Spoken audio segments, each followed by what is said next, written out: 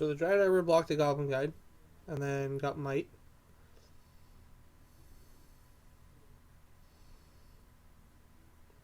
Lava Spike, Copperline Gorge, and Searing Blaze. Boom.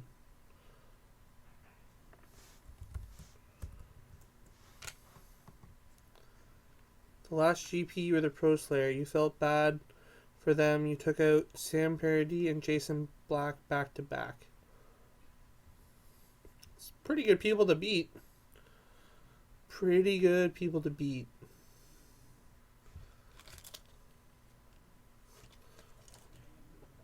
So, okay. So, from the sideboards, I think Chris is going to bring in some more Wild Defiances.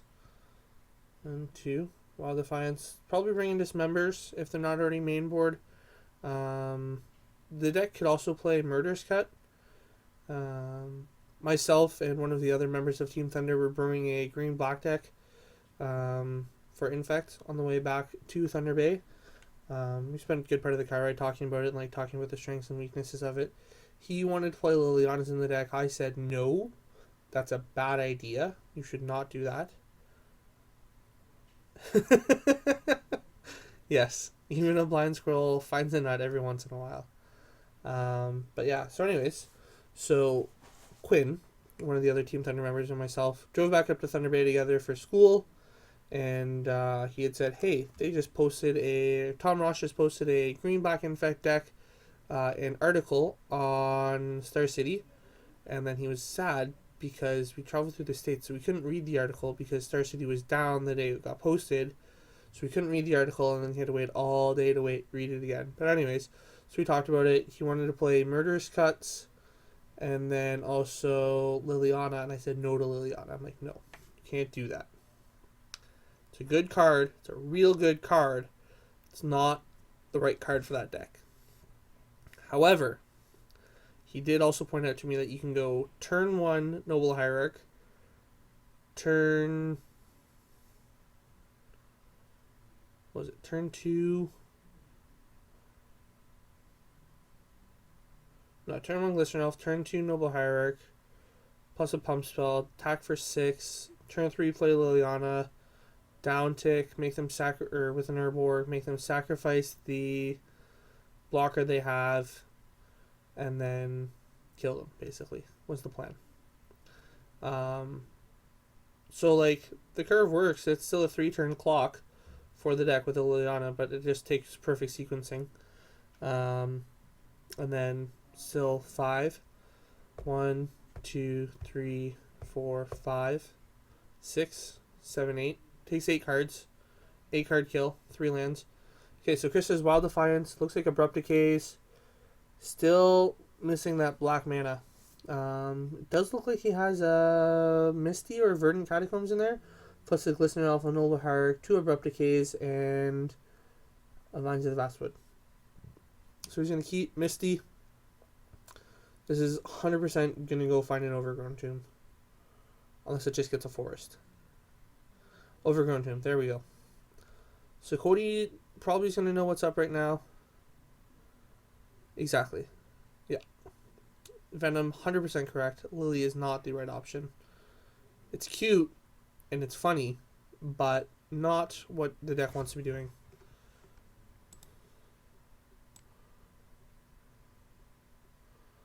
Goblin Guide, trigger, reveal, Might. It's not a bad reveal to the Goblin Guide. I'm sure Chris would have really liked it to be a land. There we go. Draw for turn.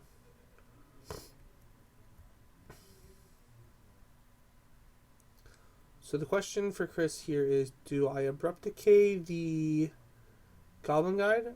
He's just going to pass the turn. So we can Abrupt Decay the Goblin Guide after the land, or after the attack trigger. It's not a bad plan. Life totals are up to date now. I really hope Chris gets a Phyrexian Crusader out into play here. Ooh, self-inflicted wound. We're going to Abrupt Decay the Goblin Guide now. Okay.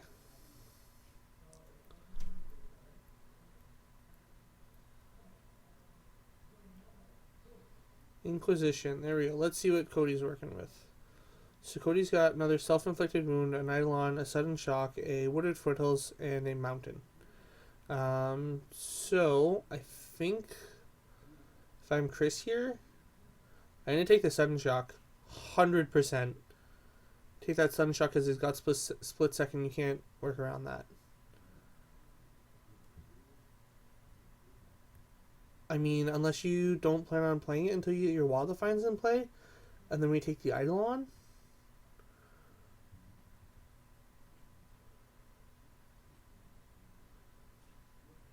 Takes the Eidolon.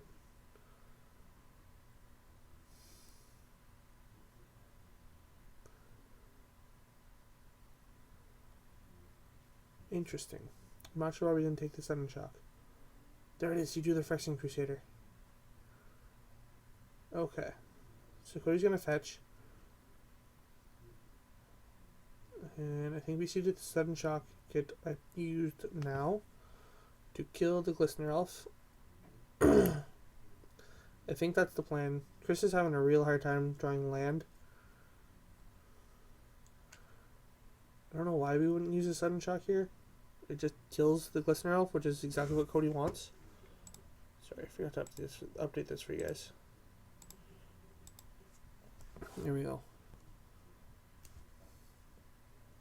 But am I missing something? Am I missing something?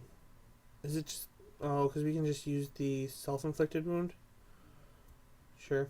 I guess that makes sense. I don't know.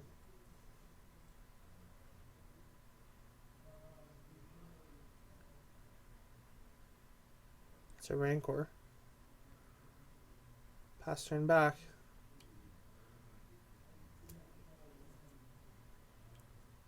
Tarkus command. Okay. Chris goes down to 8.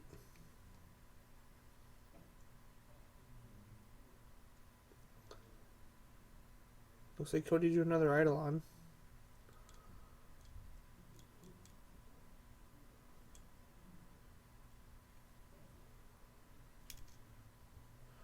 Got a Swiftspear followed up by a Bump in the Night.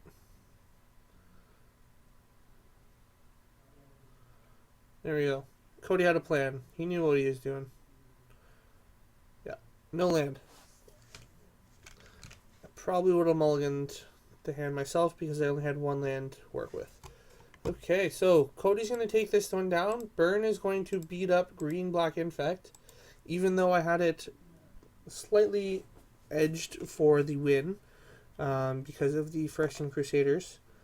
But that is that. So what we're going to do, we're going to bring it back into the booth. Come to me. There we go. Hello, me. Hi. How are you guys? Good. Excellent. So today, or not today, on the other day, not that one. It's in this one. The other day, I traded some stuff in, and then found some stuff while I was trading in, and I found paintbrushes in the box of stuff I was trading in. Gave them to one of the guys here at the store who does some altars, and he gave me this. Oh, that's super shiny. Let's see if we can make that less shiny for you guys. Let's see. Let's see if this is better. There we go. So, he took a Full Art Plains and altered it and did his own drawing on it. This looks really nice. It's a sweet looking Plains. And I'm going to be playing this now because it's super cool looking. I'm not sure what deck I'm going to play it in, but I'm definitely going to play it in something. But yeah, so he gave me this as a thank you for the paintbrushes that I gave him. So shout out to, you guys probably know him in the chat. Goes by Hootbot, aka Gerald. But yeah, that is the Plains he did up for. Just did it up for fun, and that's his first ever art for original art, his own art, instead of just doing an altar. So it's really cool. You guys can see that there. Yeah, sweet card. Super sweet. Gotta figure out what I'm gonna play it in though. Can't play it in fact. Oh, we got some more. He brought me some of his other altars. Okay, so I'm sure you guys have seen them, but Wizards has started to do their full art promos instead of looking like a full art card with having no text on it. He's done some other really cool things. So Gerald, to continue working with the idea of full arts, has done this. This is an Errors of Mine, where he basically continued the art down to the bottom and then took care of some of the words. So I'm going to take it out of the hard sleeve, hard case. There you go. And there you go. You guys can see the work down there that Jerry did. He did all of that stuff down there in the bottom by himself with paint. Actually, this looks like marker. Did this one with marker. But went around all of the cards individually. And really cool. Super cool. Extended the borders out a little bit. They look super nice. I imagine he's working on the power plant now. That's the mine. I've got another one here. That's the tower. So I assume he'll have the power plant soon. Pull the tower out for you guys so you guys can see it. Here's the tower he did. Full art tower. Super cool. Really good artist. Great at painting and drawing and all that other fun stuff. Almost can't even tell that it's altered other than like the words. But that's okay. So yeah. Shout out to Hootbot. Cool guy. Awesome at Magic. Definitely has taught me a lot. Same with Venom.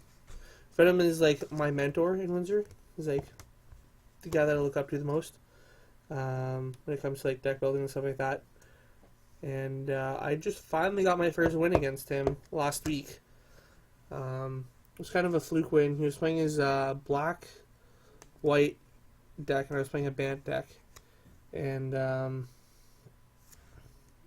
game one was just was able to outrace him and outvalue him. Game two, he got stuck on 2-3 land, so he didn't get much done that way. But yeah, finally got my first win against him, so that was exciting for me. It took 2.5 years, but finally happened. Anyways, so here is another altar that Jerry has done. This is a lightning bolt, and if you take a look, he's actually extended the card art out to the outside edges. We're going to take this one all the way out very carefully so as not to ruin the card or ruin the paint job. Come on out. Okay, there we go. Okay, that'll be much easier to see. Being very careful with this card. So yeah, he extended the art out to the borders and made it a black bordered bolt. And it looks really nice. This is beautiful. If you made a play set of these up, I would play them 100%. I do know that he is trying to not do play sets. As they take a lot of time to do. But this is one of the great pieces of art that Chris Rush did, and then our friend Hootbot made it a full art, and just continued the thought process that Chris Rush had. So it's a sweet looking card, really awesome. If there was ever a deck that I only played one bolt in, I would definitely try to get this. It's super sweet. Jerry's really good at doing card alters and all that other fun stuff. He's done a lot of other work. He's got a Facebook page. Coach Carl or Gerald, if you're out there at the front, can you please link the Facebook page that Hootbot has for his card alters? That would be pretty cool.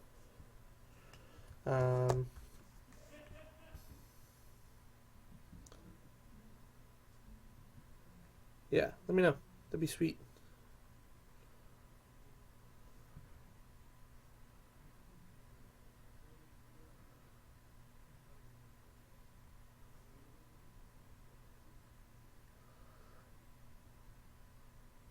Yeah.